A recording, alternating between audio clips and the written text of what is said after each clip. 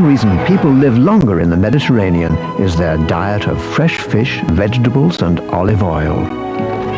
Well, wisdom also comes with age. Olivia. And it's up to us to now get out there and do that. Well, and we've said the world's watching us. There are countries all over the world desperate for the kind of civic society we have here in Scotland, who's been involved already. Well, should the Constitutional Steering Group, which set up the guidelines for the Parliament, do you think that should be reconstituted, or should it continue as it is, and should it continue while the Parliament is in action?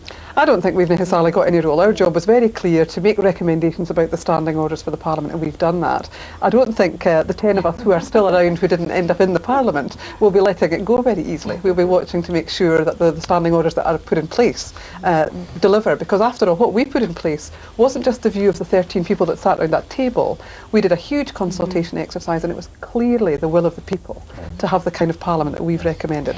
Okay, we're getting a bit ahead of ourselves, of course, Alice Brown. Let's roll back and just look at some of the powers this Scottish Parliament will have. And we call it Home Rule, but just how extensive will this rule be? Well, it will be all the areas that aren't currently reserved to Westminster, and the main areas that are reserved are the ones that were anticipated: macroeconomic policy, foreign policy, defence, European policy. One or two things that people squabbled about, you know, whether broadcasting should be devolved or not, equal opportunities legislation, these are the things that the boundaries that people thought were contentious. But the Parliament will be able to legislate over a whole range of policies: education, housing, social work, law and order, health, and so on. So in other words, a lot of the things that affect people's daily lives, and a lot of the things that when we do opinion polling and election surveys, people expect the Parliament to do something about. Well, we've seen, haven't we, in this controversy over tuition fees, where the limits might lie. Now, the Scottish Parliament has powers over education. It has powers over tuition fees, and yet it's caused all sorts of friction with UK ministries and with David Blunkett, the Education Secretary, because of course he does not believe that you could abolish tuition fees, as it were, in one country. Well, that was a question that previous speaker Noreen Burrs was talking about, and said at one level it might even be a European matter, far less a Westminster issue.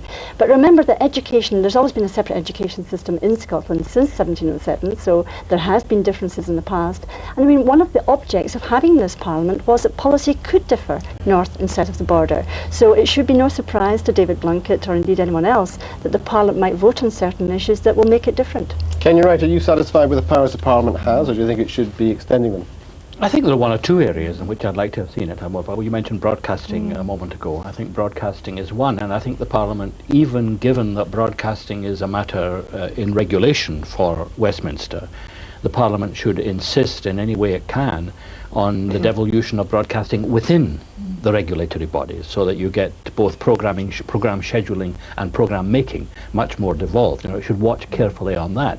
But the one thing I think is worth saying is that this is not going to be static. You know, everywhere in Europe, Catalonia, Bavaria, Flanders, all the other places, it's not static. It's bound to change, especially in a changing European process, situation. not an event. Yes, it's not a process, in my view, that will lead to independence, because it doesn't in these other cases. But equally, it's not a process that stops dead as if it was a final settlement. Well, clearly, as Robert, it could be a process that leads to independence. Certainly, that's the ambition of the Scottish National Party, and they're the principal opposition. My own view, first of all, like Kenyans, is that it's a process. I don't believe it's inevitable it will lead to independence. I've always said that if that's what the people of Scotland decide they want, then that's what we'll have. But I actually don't think that's where we'll go. I think we're talking about something that's much more interdependent, and the whole issue of Europe is the big one. But I think in terms of the powers, the thing that people see when they look at the Scotland Act is this what looks like an enormous list of reserved powers. But in fact, the model we've got is considerably more powerful than that we thought we were going to get, even in 1995, when we launched the convention scheme. So I think we have to say congratulations to this government for what they gave us. I'm laughing because one of the things which I was asked was, would they have enough to do in the Scottish Parliament? Yes. My question is, will the ones in Westminster have enough to do? Okay, fine. Well, let's leave that for the moment and go to David Porter in the Quadrangle, where he's joined by Keith Geddes, former President of COSLA. Ian, thank you very much. And as you say, in the Quadrangle, quite near the Parliamentary Chamber, as we must now learn to call it, there's lots of comings and goings on at the moment. And as you quite rightly said, I've been joined by Keith Geddes, who was former head of COSLA and an unsuccessful candidate for Labour in the south of Scotland. Keith, someone who's been so very much involved with the process of devolution, must be a slightly bittersweet moment for you. Oh, it is bittersweet, and it obviously takes a bit of getting used to, although during the campaign I didn't allow myself to think of getting elected. Obviously the tactic was to get get elected, and therefore it's not been such a shock as perhaps some people think. I think it's always important to ensure that you don't second guess the electorate and don't make any assumption about what happens on the voting day itself. Were you to some extent a victim of the fact that Labour did so well on the first past the post system that someone like yourself who was on the regional top-up list was never really going to stand a chance? Well, it was a very difficult decision I took. I thought my chances were 50-50, and if you extrapolated the new voting system to the general elections in 92, 97 and also the European elections in 94, Labour always got one on the second top-up vote. But of course we held 6 out of 9. The second vote fell a bit, and therefore my chances were written off on the day itself. Had, of course, we lost air, which we didn't, my chances might be somewhat different. Of course, that, as all politicians say, is in the past. Now looking towards the future, from what we've seen of the Scottish Parliament, very much early days, we've really sort of had the ceremonial bits today. Do you think there is a feeling that we can make it different? I think it will be different. The voting system itself, the fact that Labour is the largest party without an overall majority, does mean we are moving into a new type of politics, a consensus politics, hopefully. Secondly, because there isn't a second chamber, the parliamentarians have got to make sure that they get the legislation right first time around. That means they've got to open up the whole process to people from education, from transport, from social work, from health, to make sure they take the best possible advice before actually passing legislation. So I think it will be different. And I do think it'll have a big effect on Westminster, and hopefully some of the old-fashioned traditions in Westminster might change as a result of the new traditions that will be established here in Scotland. You talk about the new traditions and consensus and transparency and things like that, yet we're having meetings behind closed doors to try and even form a government. Well, that's the nature of the new politics, and I think it happens all the time in the continent. It might take us a year or two to get used to it here in Scotland. I don't think there's anything wrong with that at all. I think it is important that the parties try and find common ground, and it could well be on a number of issues right across the political spectrum. There will be common ground, and that's no bad thing at all. But how important is it for the new Parliament that the momentum is carried on and that we have an administration one way or another pretty soon? Well, I hope that it's sorted out before tomorrow, and that the Labour Party and the Liberal Party can reach some sort of agreement tonight. If it went beyond that, I don't think it would be a tragedy, but I think there is an expectation, certainly from the Labour Party's point of view. We want to try and get this sorted out as quickly as possible. Keith Geddes, thank you very much, and from Busy Quadrangle, I'll now hand you back to Ian.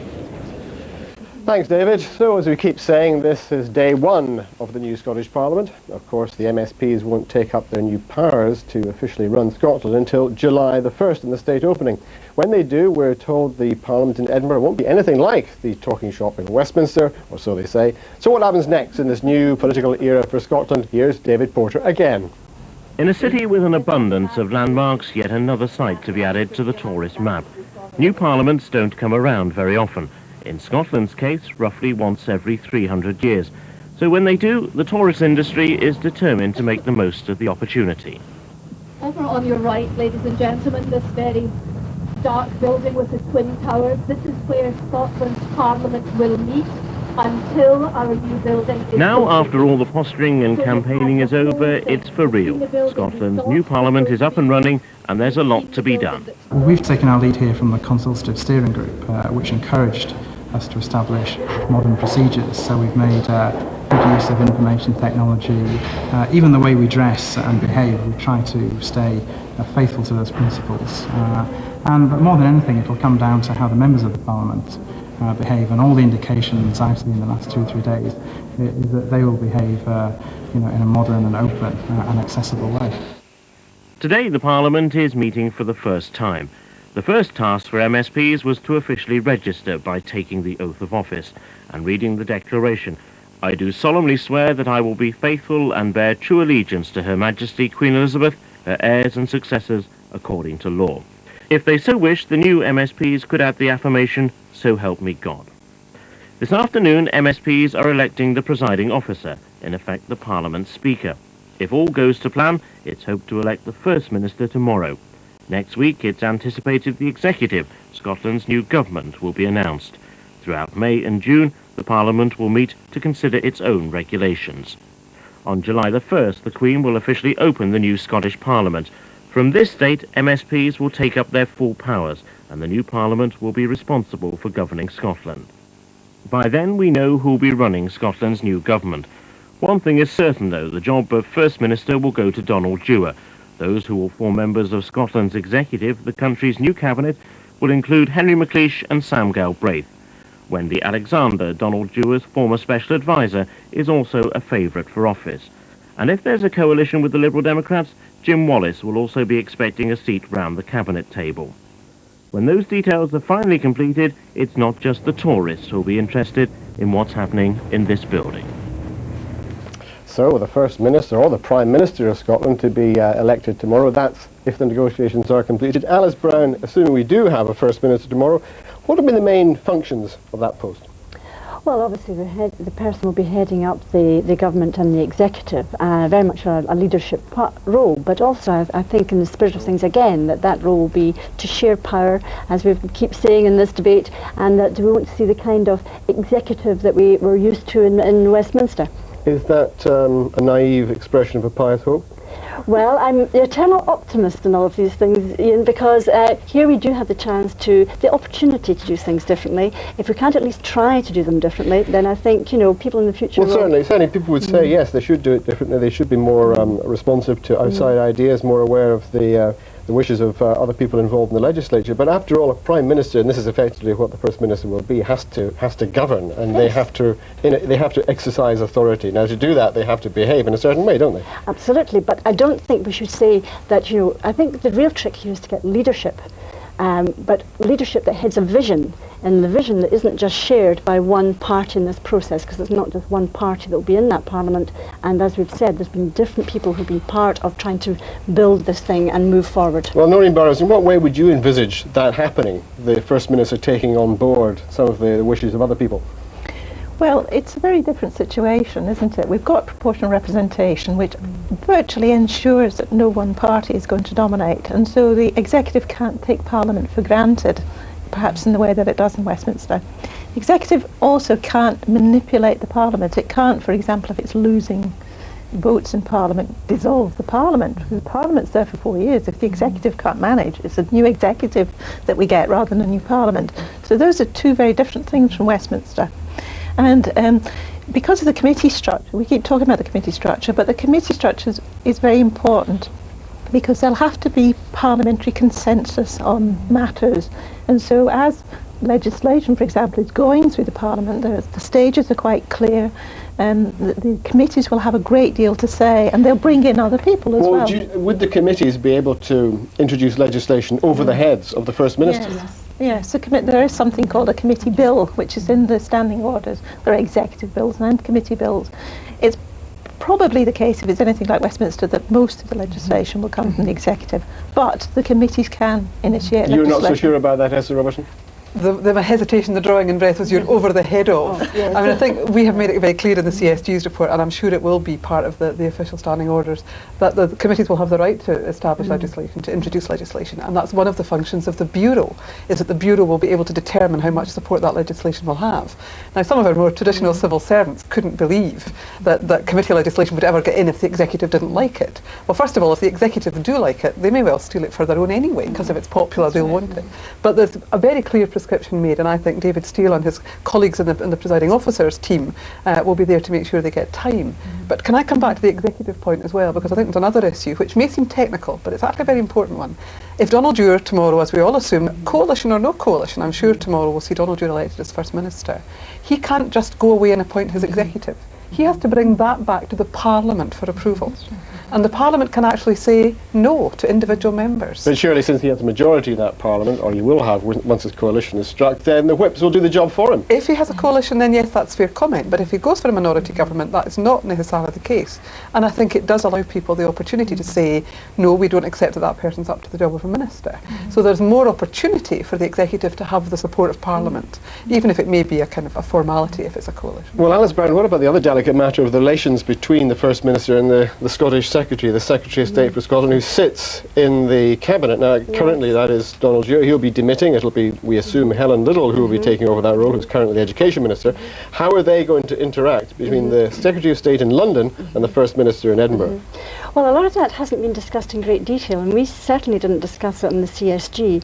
I do remember that we discussed it in the Constitutional Convention, and at that point we were talking about the post of Secretary of State withering away, a bit like the state, but nonetheless, we clearly we will have a Secretary of State, but the functions, I mean, I think one of the things that made people anxious in terms of the last 20 years was that rather than the Secretary of State representing Scotland in Westminster, it was rather the Secretary of State representing Westminster Parliament in Scotland. Now clearly with the Scottish Parliament and a First Minister, that all begins to change. But nonetheless, there's still an important role here because there are these reserved areas of power, and that's the areas in which clearly the Secretary of State will be representing Scotland. But remember that it's not a strict divide between the reserved powers and the devolved powers, because there'll be interrelationships between the two, and this is where the interrelationship between the First Minister and the Secretary of State will be so important. Of course, Noreen Burrows, it's not such a problem just now because we have the same Labour government in Westminster as we have in Scotland. But of course, that might be very different if we have a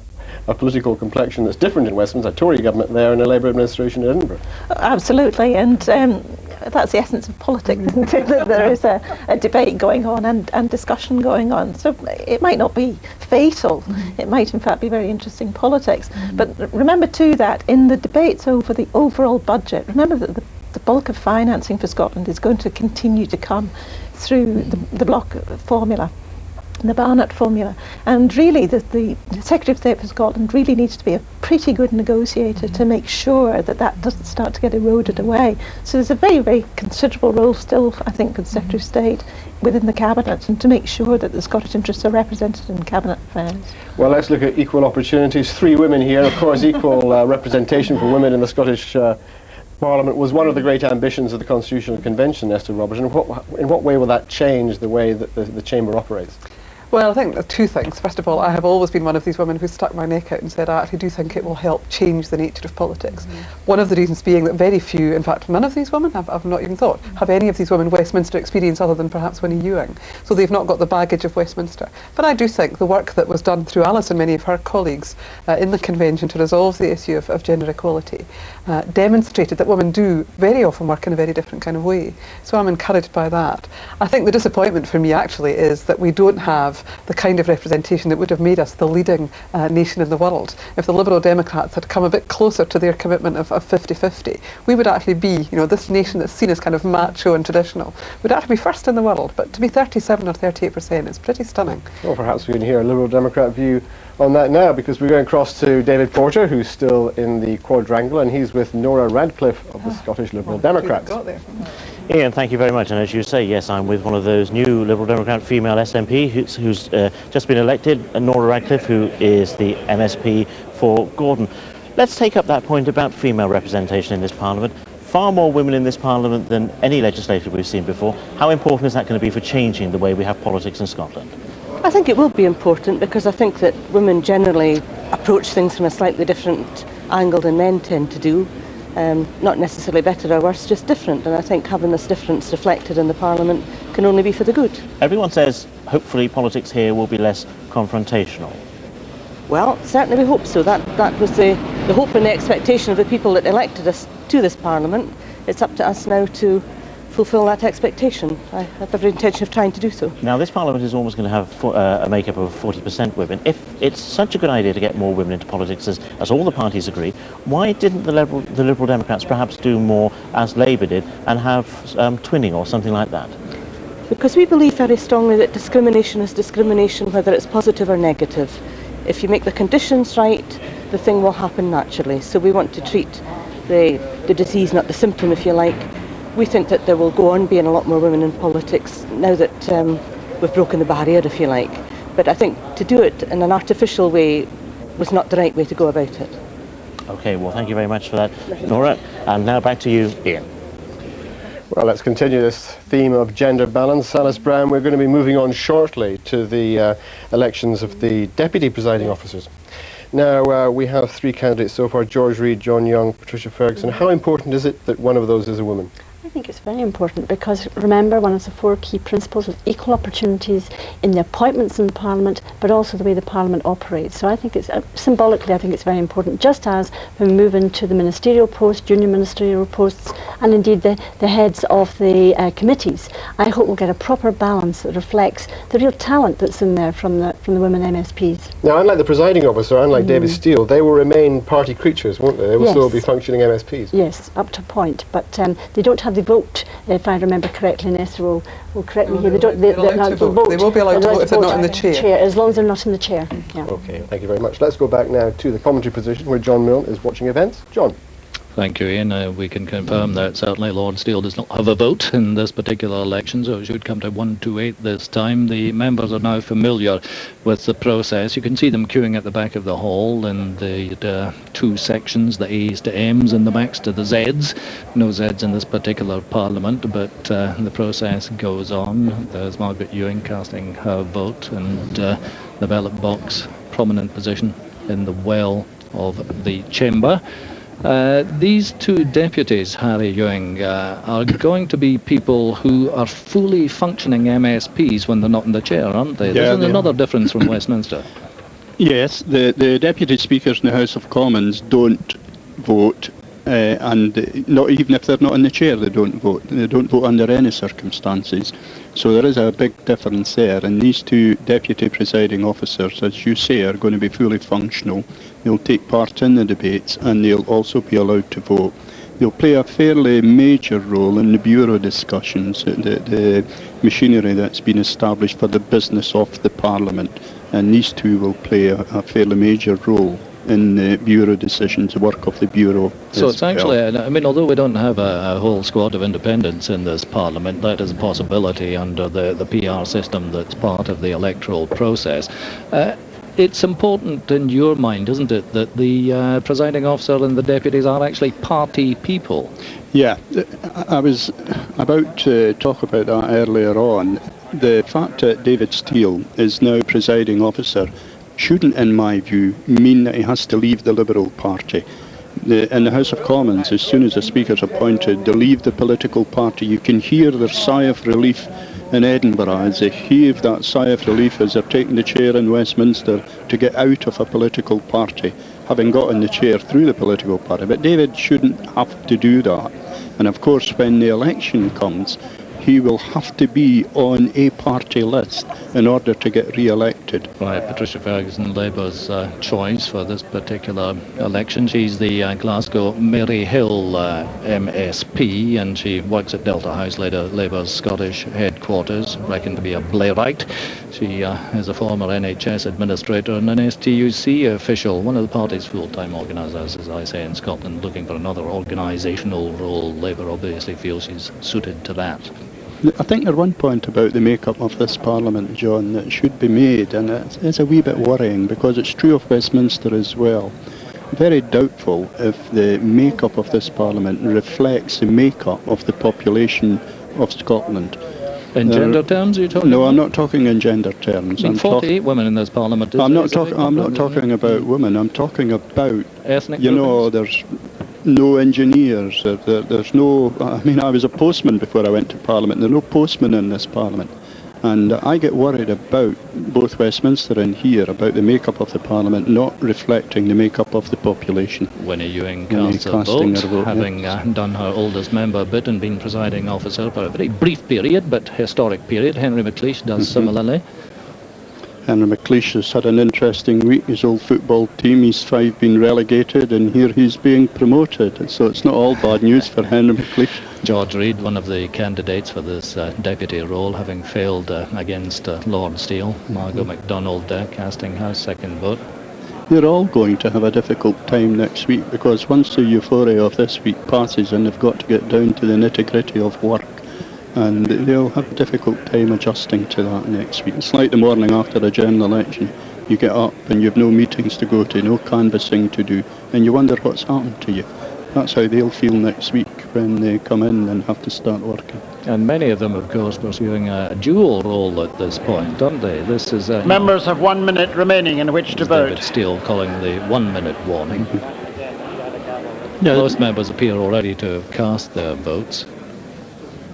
And as you say, many of them have a dual role. There are 15, I think, who are members of the Westminster Parliament as well. Indeed, I understand Dennis Canavan was in the House of Commons on Monday, And here we are Wednesday, and Dennis is being sworn in as a member of the Scottish Parliament. Well, Dennis was there more to see the party about reinstatement, wasn't he? I'm not sure if he was there. I think he was there to receive the congratulations of those that wanted to congratulate him. That was my indication of what was going on. The tellers are waiting for the ballot box to conduct what will now be a familiar process for you. Lord Steele in the chair, about to call that process into action. See, the bad habit of reading newspapers has spread to the chamber now, with Sam Galbraith sitting there reading a paper. He would never be able to do that in Westminster. To go back to the balance between the First Minister and the members, the standing orders are absolutely crucial in this. And in my time in the House of Commons, a number of times the executive, in the form of the government, changed the standing orders to reduce the power of the backbenchers was nobody's business. And the backbenchers have an obligation in this Parliament to watch that that doesn't happen. And the following members should now come to the well of the Lord chamber Steele to now scrutinise the counting closing the papers. voting period. Jack McConnell with Patricia Ferguson, Colin Campbell with George Reid, and Annabel Goldie with John Young. I think George Reid should have chosen a different scrutineer in the hope that he would change his luck. I noticed that... Well, it's a bit unfair to blame Colin Campbell for that, isn't it? Maybe he has a jinx or something. With his military background, he probably knows how to gracefully retreat from the field of battle. That's right, these military people never lose that military standing, does he? Jack McConnell there with Patricia Ferguson. Jack McConnell, of course, the former General Secretary of the party in Scotland, now an MSP, knows his way around the nooks and crannies of this particular part of the world. One ballot he cannot manage, he just has to stand and observe this. Must be a new experience. Good lesson for him. A good lesson for him. Should have learned it early. And John Young's scrutineer, the former senior Glasgow Tory councillor, the leader of their group, dwindling group over the years. Annabel Goldie is his sides person, I suppose I should call her. Yes, yeah. John came within a whisker of once being Lord Provost of Glasgow, and here he is, and I'm sure he never expected to be in the position he's in today, within a whisker yet again of possibly becoming one of the deputy presiding officers of the Scottish Parliament. These people have an interesting political careers, given a lot to their communities, and it really is nice to see them getting some kind of recognition and reward for all their input. It's going to be a difficult relationship as this Parliament develops between what will then be Holyrood and the local authorities, isn't it? I mean, there's going to be a whole redefinition of areas of competence, really. Well, I think I was, as I say, down in London yesterday, and there was some interesting discussion going on in the members' tea room yesterday among Labour MPs in particular from Scotland. And they're worried, first of all, if they just leave the local authorities aside, they're worried in case a number of these members who are here because they're off the list should open offices in their parliamentary constituencies. And there's now an argument developing that those members that are here from the list should only be allowed to open an office here in Edinburgh, and that this is where their office should be. And the only constituency MPs should be allowed to open an office in their constituency. Quite interesting. Isn't there a danger there? Isn't there a fear that if the list members are allowed to apply their money to an office in Edinburgh and around the Parliament, that they're simply chipping into central funds on behalf of whatever party they espouse? Oh, well, I think that might upset the balance in terms of research functions and things like that, shouldn't it? I think that's a common belief in any case, that members of the Westminster Parliament are simply chipping in to support the party, and it's difficult not to accept that that's actually what happens. The relationship between the local authorities and the Scottish Parliament will be quite interesting. It will have to be worked out in great detail so that each knows where they stand. The trouble always starts when you get into these areas of doubt, and so the way to avoid that is to draw defining lines so that each knows exactly where they stand. I think the organisations in Scotland that have most to concern themselves about are organisations like health boards. I think it's an absolute certainty that the Scottish Parliament will take over from health boards the strategic planning and the financial allocation that's carried out by health boards at the minute, and then they could go on and abolish health boards.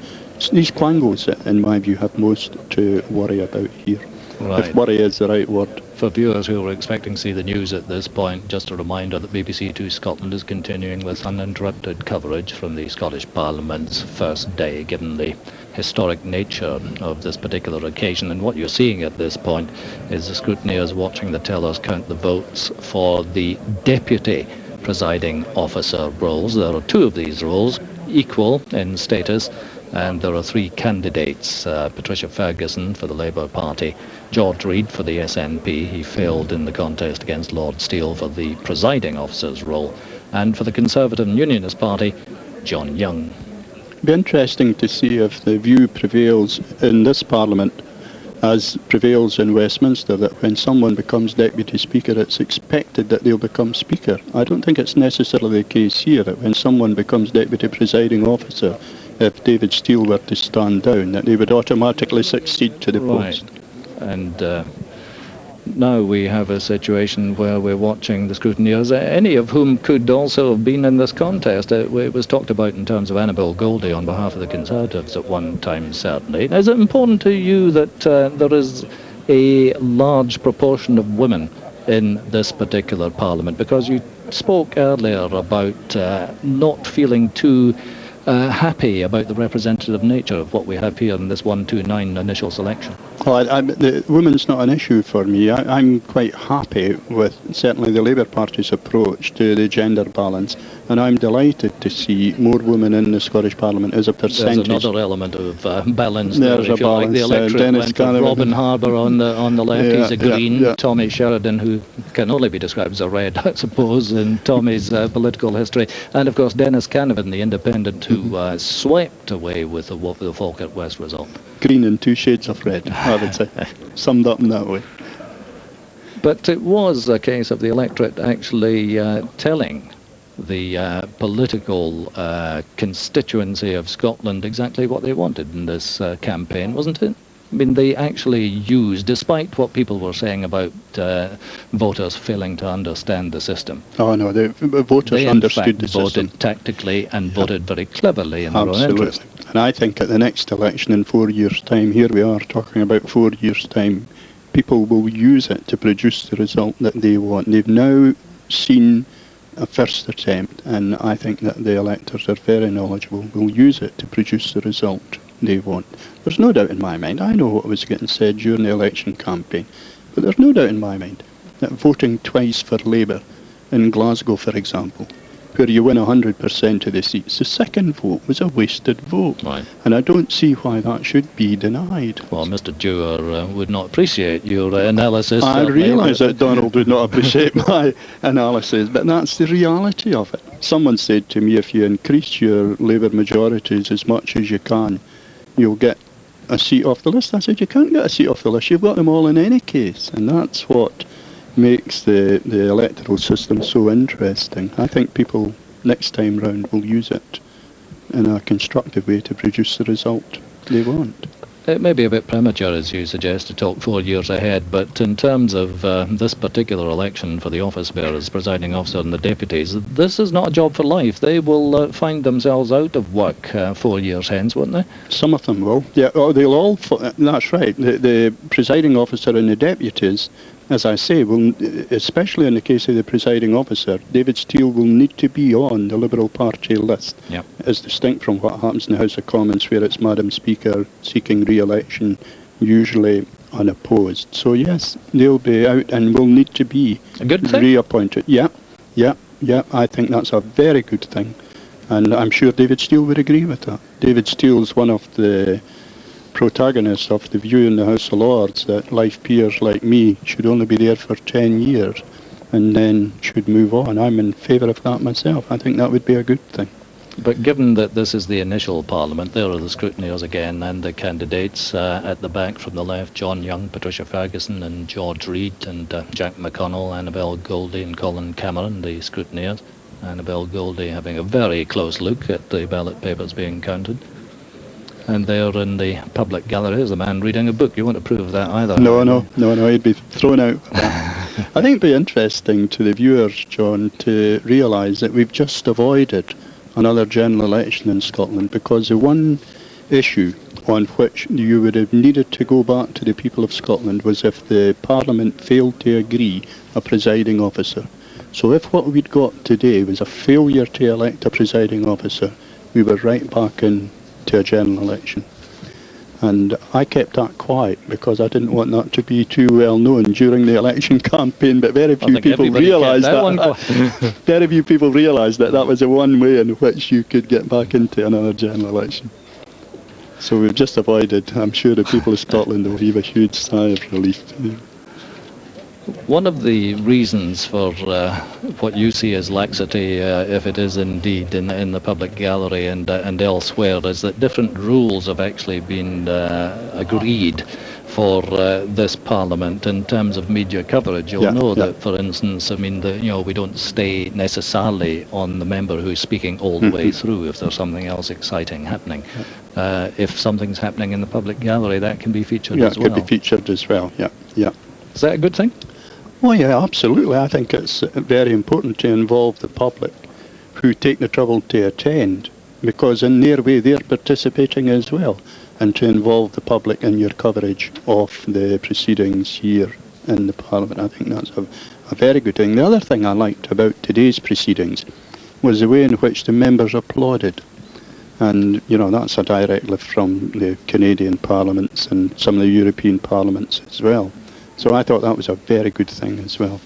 What about the more liberal rules in terms of not having a form of address? It's not right honourable or honourable members or whatever. Well, the form of address, that's outlived its usefulness. When I went to the House of Commons, there was a lot of people there who had been there from before the war, and you would have to address one member as the honourable and gallant member. Or if he was like Sam Galbraith, a neurosurgeon, you would need to address him as the honourable and qualified member.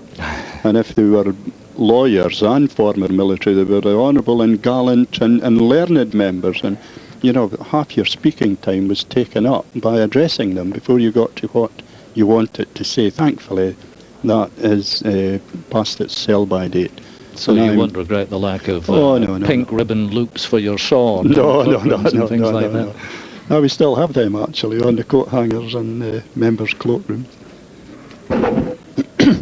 What about modes of dress, though? What about something to set this Parliament apart? I mean, at the end of the day, there's a commercial interest in politics, isn't there? I mean, can you see a point where we're selling souvenirs that say Scottish Parliament? I don't think there's any doubt about that. I think the gift shop in the House of Commons will be matched, gift for gift, box of chocolates for box of chocolates, by the gift shop that eventually emerges, not here, because it really wouldn't be worth your while to establish it here. But certainly once the Parliament moves to its permanent base down at Holyrood, then it's right and proper that you should have some kind of souvenir shop. That all the parliaments have it, and if you go to the devolved parliaments throughout the world, they all have their own particular gifts as well. I doubt there's a tied vote here or something. Certainly. Spoilt paper. Right. Carol McCracken goes to the clerks. That's Paul Grice, whom she consulted first of all, and now she's talking to the presiding officer, Lord Steele. I suppose a spoiled paper is a historic moment as well, isn't it, in the context of today? Yeah. Some of these spoiled papers are hilarious, and you could write a book about what they write on them. That postman from Fife won quite a number of mine in one election. Why wasn't that valid? You were the only postman from Fife in the election. Well, the returning officer declared that the elector had indicated who they wanted to vote for. Good. And it was included. Yeah. Well, a little more scrutiny, a little more interpretation going into this particular one. The candidates and their sides persons lined up now in anticipation of what Lord Steele is about to say. The clerk verifying the process so far. Kind of reminds you of a wedding with Colin Campbell with his buttonhole in there. Best man. Here we go, here's Lord Steele's verdict. I have to tell members that in the first round of the first election for the position of Deputy Presiding Officer, the number of votes cast for each candidate is as follows. Patricia Ferguson, 54. George Reid, 54. John Young, 17. Abstentions, 1. and spoilt papers 2.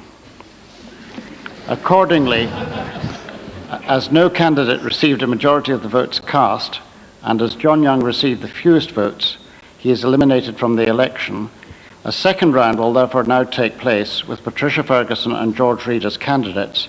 There will be a short delay while new ballot papers are printed, and in order to avoid further spoilt papers, may I remind you we're voting for one position only.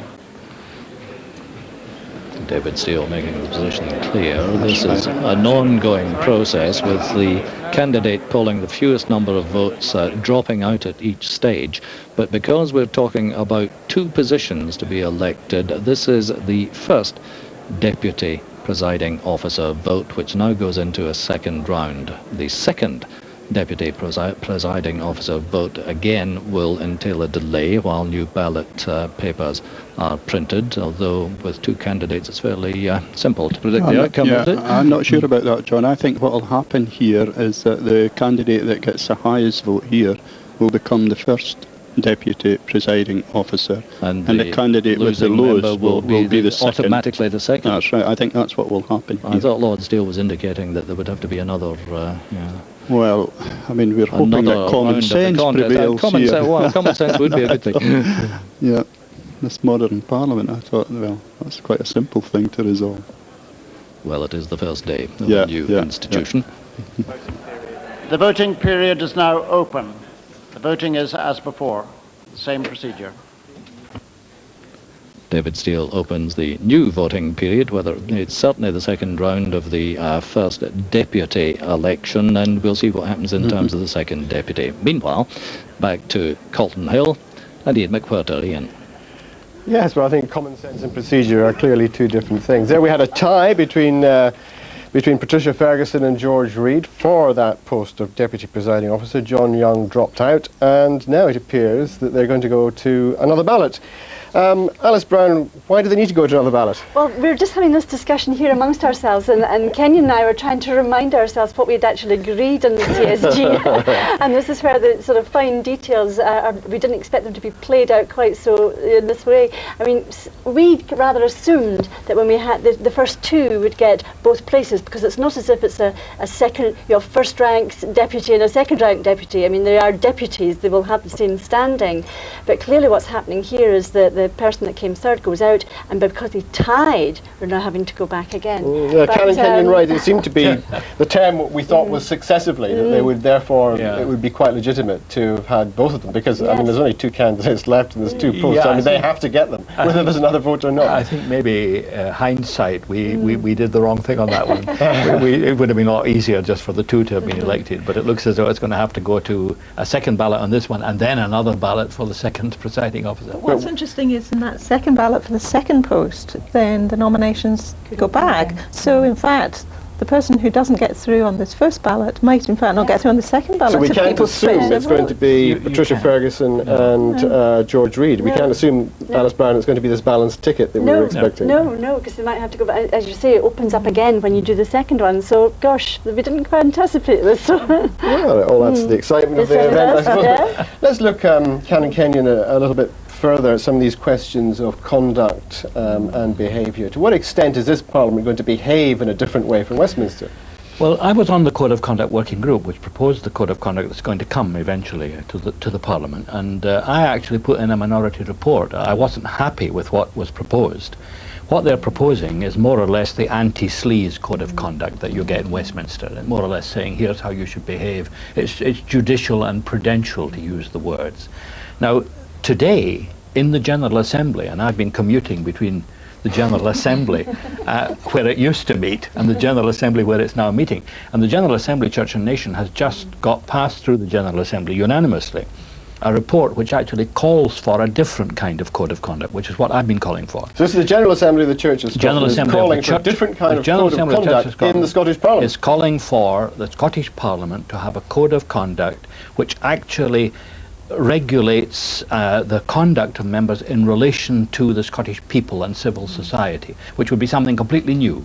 In other words, not just how they behave personally within Parliament, but how we expect them to behave in relation to their constituents, Scottish society in general, the civil society, and In another interesting point, possibly, although this is not in detail in the General Assembly's report, and that is the whole idea that they might learn to work with each other in different ways. Yes, in what specific ways would you be expecting MPs, MSPs to behave that is different from the way of MPs? Because they look after the constituents' interests as well. They have to take, they represent them, they have to take account of their constitutional role and the responsibility of maintaining the dignity of their office. Well, let me just spell out some of the possibilities. There are only possibilities. We've got to discuss this further. One is that they would have an obligation to meet with, report to, and be monitored by the civic forums in their own region, in their own area. This is a kind of shadow government. Yes, in other words, the power sharing. It's the power sharing business. If there's going to be real power sharing, then you need institutions in Scottish society that can really think through these things and work with the MSP. So there'd be an obligation on them to relate to these. Secondly, you could actually say, you look within a region, you're going to have maybe 7 MSPs for the region and 9 constituency members. Every Scottish elector is going to have 8 MSPs. 1 for the constituency, 7 for the region. Now, is that just consumer choice gone mad? Well, or does it mean something different? Let's ask Noreen Burrows about that. Is it consumer choice gone mad? Do we have far too many MPs? Are we over-politics? Well, I'm not saying that. Over-represented. I'm saying let them... Well, it's an interesting question you've raised. Yeah. Well, it's an interesting question in the wider context, because not only have you got these 8, you've also got your MP from Westminster, and because of the new voting system for the European Parliament when it comes, we're going to have a plethora of European MEPs as well. Yes, no one will know who to complain to. And your local councillors, don't forget them. I mean, what is interesting is actually knowing, I think, how the regional list members are going to operate, because a constituency MP does have an obligation to his or her constituents. Here, of course, in the Scottish Parliament, there are 2 categories of MPs that they have the same constitutional status. The ones who are elected in the first ballot under first past the post, the others who are elected as a top-up list candidates who don't actually have to fight a particular seat. That's right. I mean, the worst possible scenario might be for these regional people just to turn up as voting fodder behind the executive, and that's not what you would want at all. They're going to have to develop a new role, and I think a very active role, perhaps in the committee structure, perhaps in the operation of the Parliament itself, to make sure that they are in fact not second-class MSPs. It is a serious point though, Alice Brown, isn't it? Over-representation. You will have MEPs, you'll have your MSPs, you'll have MPs, you'll have councillors. Now, I mean, people are going to say, well, we've just got too many layers of government. People have said this before. It was one of the arguments before devolution actually happened, that we are over-represented. There are just too many of them. And it was one of the arguments when we were talking about reorganising local government as well. But in fact, I know people might find this difficult to believe, but we're the most under-governed country in the whole of Europe. And remember, the Parliament has only got 129 members, and for the size of the population, that's not out of order. OK, well, let's go back now to the quadrangle. And David Porter, who's joined by one of those MSPs, John McCallion. Ian, thank you very much. As you say, the vast majority of the MSPs are in there re-voting at the moment, trying to get over this slight bit of confusion we have. One man probably has already cast his vote, John McCallion. It is a bit strange, isn't it? We hear all about the new politics and things like that, and we have a secret ballot, and we find that we can't choose a deputy presiding officer. Well, it seems that the Consultative Steering Group made the recommendation that there should be a secret ballot on this occasion to try to avoid any pressure being put on individual MSPs from their whips. But it also seems clear from the votes that the MSPs are voting very much along party lines. Why do you think that is? Like we've got a tie in this first vote. Is it purely and simply because the whips have been saying, look, we know it's your own decision, but we really would prefer if you would choose our candidate? I mean, I think it's obvious that Labour MSPs will vote for Patricia Ferguson since she's the Labour candidate. They would be coalition partners, and we weren't sure what they would do. But in the event, they haven't voted for the Labour candidate, so I don't know whether they're sending a warning shot across Labour's bows as part of these coalition talks or not. It's up to them. You'd have to ask them why they voted with the SNP. It does seem a little bit strange, though, doesn't it? We've got 2 positions for 2 deputies. We've got 2 people who've got the same number of votes. Wouldn't it just be easy to say to both of them, you have 1 position each? Absolutely, but that's common sense, and we're dealing here with politicians. And when did you ever see politicians make any commonsensical decision? I'll make no comment on that. But as someone who has been down at Westminster and is now up here, initial thoughts? Do you think it's going to be better here? Well, I mean, obviously this is a very special procedure which has been used this afternoon, and nobody's really enjoying it. I mean, I think once the Scottish Parliament gets underway, gets into the business which it's meant to be getting on with, I think it will be a big difference from the Westminster Parliament. Hopefully much more open and accessible, and I hope that the public will see a much better display of what politics should really be about than they see at Westminster. You say it's very important that people see that the Parliament is doing things. How important is it that the Government of Scotland is formed quickly, that the momentum is maintained? Well, the Parliament cannot begin its real workload till after the official opening on July the 1st. And of course, even then it will go into recess for the summer. So the real work will not really begin until September or October, when the Parliament itself will settle down to the business of governing Scotland. Obviously, the quicker the government gets put together, the better, because people would like to know who the Government of Scotland will be as soon as possible.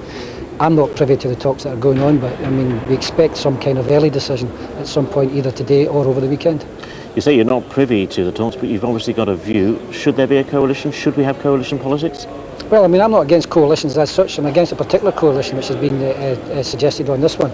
But I mean, until some kind of deal is struck within the talks, and until both the Liberals and the Labour negotiating teams go back to the parties and say what's on offer, we can't really make a judgment, and we'll have to reserve a judgment until we know what the details are. Of course, we could have a situation where we don't need a formal coalition. We could have a coalition of interests where groups vote together on the policies they either favour or don't favour. Well, I think that's the best way forward. I mean, there is a natural majority in the Parliament for a whole range of issues. There will be contentious issues from time to time. But the reality is that a minority Labour administration, there is no alternative to that. Because the Liberal Democrats and the SNP together fall even far short of the number of Labour MSPs, and neither the Liberal Democrats nor the SNP can do a deal with the Tories. So a minority Labour government would be in for 4 years. It's just that from time to time it would be defeated when it couldn't carry the rest of the Parliament with it. Well, John McCallion, interesting times to come, I'm sure. Ian, for the moment, back to you. Thanks, David. John McCallion reflecting on this question of minority government, which Canon Kenyon Wright, you, I think, favour. But let's just go back to what you were saying earlier about the relationship between the MSPs, the different categories of MSPs and other representatives. Yes, I think part of the new code of conduct that I hope can come in, expectation of behaviour, would be that maybe the regional, you see, you have a regional basis here. You've got 16 is the average from a region. You've got your 7 regional members, the list members, and you've got 9 constituency members. Now, my vision is that they all would work together as a team for the region, with the 9 being like your GPs, your first line for people's problems, but your 7 specialising in specific areas, making themselves expert in, say, education or health or whatever. Now, I am told by the politicians that this is totally politically unrealistic. Is it unrealistic? That I'm typically utopian. I don't think it's just, I don't mean it's not just politically unrealistic. I don't think it is. But I think that misses one point, and that is that if you live in Glasgow and all your MSPs in the constituency are Labour, and you happen not to be a Labour voter, you might want to go to one of those 7 as your constituency MSP, if you like, because they are of your political persuasion. So I think that means they will still have a constituency workload. I don't think that precludes Kenyon's idea of there being some kind of cooperation. But I don't think we should look to the list as being the specialists and the constituencies as being generalists. I think that would be to categorise them too distinctly. Of course, Alice Brown, when people talk about conduct in the chamber, most people think about Yahoo politics and noises off. Now, what do you make of it so far? We've had Tommy Sheridan's clenched fist. We even had some applause breaking out now. Is that allowed? Yes. Well, we weren't anticipating too much of that in the chamber, I have to say, just in case it got a bit too raucous. No, we have to be a bit sober of these things.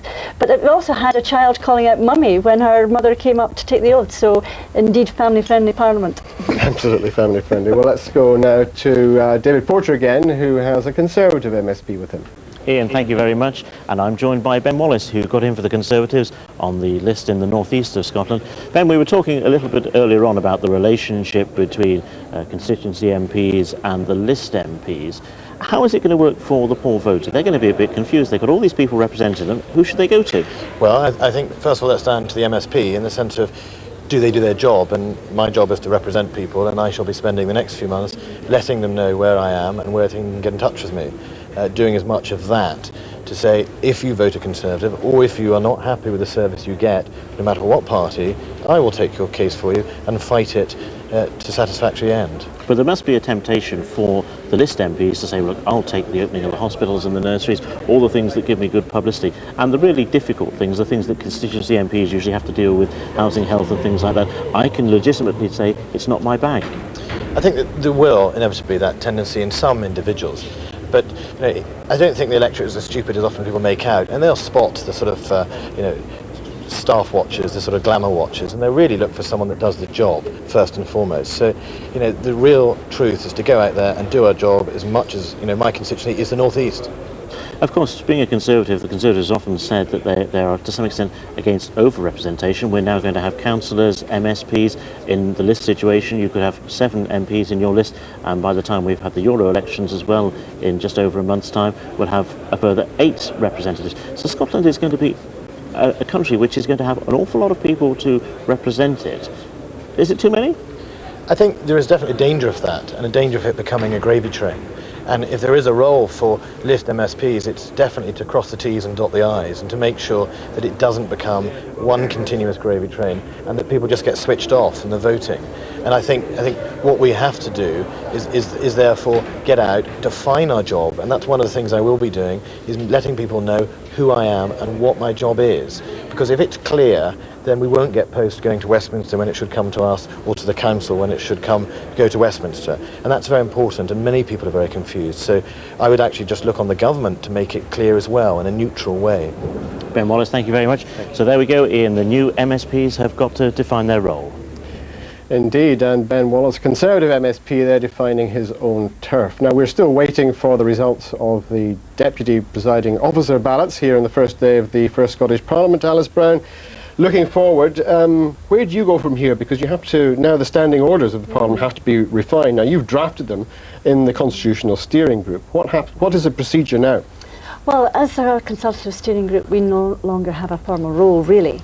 And I think it's up to the Parliament itself now to reflect on how it's conducting its affairs. I mean, we wanted to set in place standing orders and procedures that allowed a thing to move forward. But at the end of the day, we also wanted to allow flexibility and adaptation if things weren't working the way that we'd envisaged.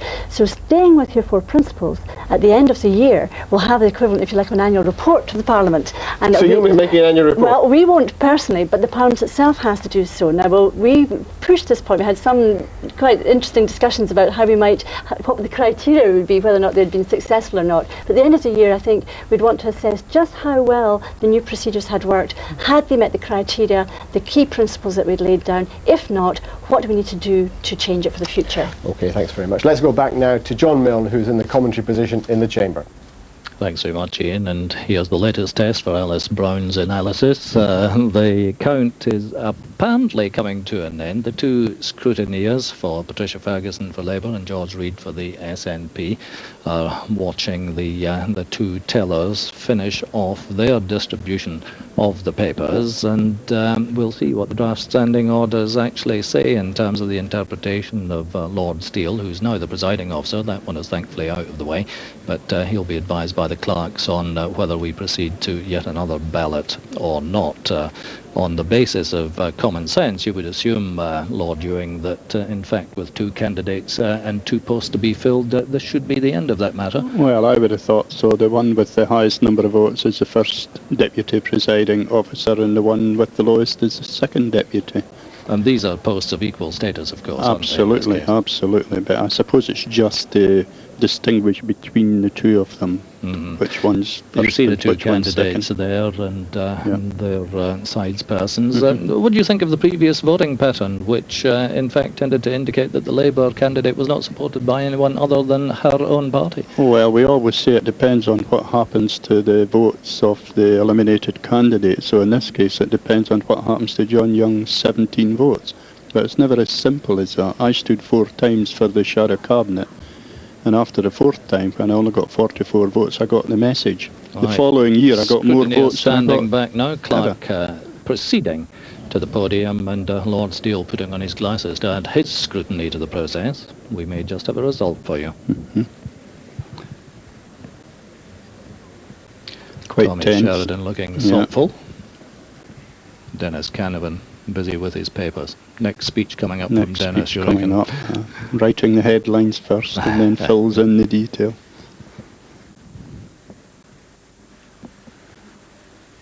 So Jack McConnell with Patricia Ferguson. He was her scrutineer. Colin Cameron and into the ring for the 3rd time with George Reid. 3rd time lucky? Yeah, I would think so this time. Yeah. And Carol McCracken from the Chamber office returns to her place at the teller's table. David Steele about to announce the result now. In the second round of the first election for the position of Deputy Presiding Officer, the number of votes cast for each candidate is as follows.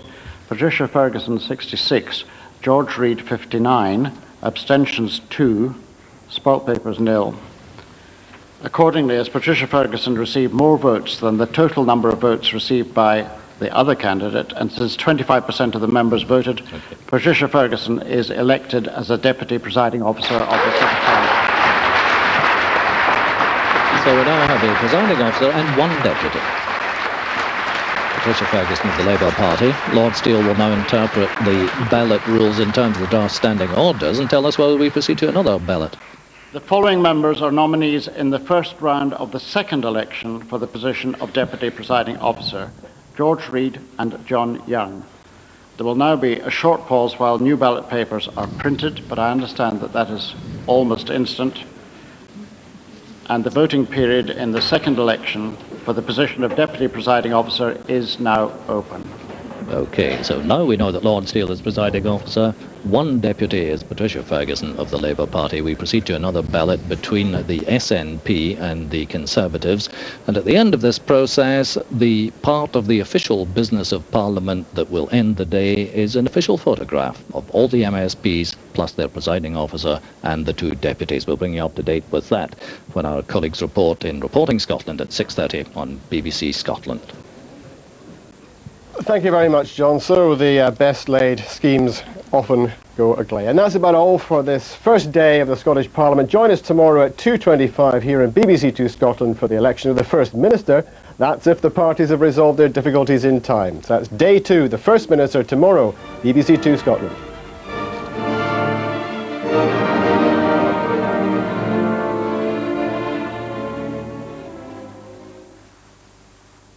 There's something different about this man. I am not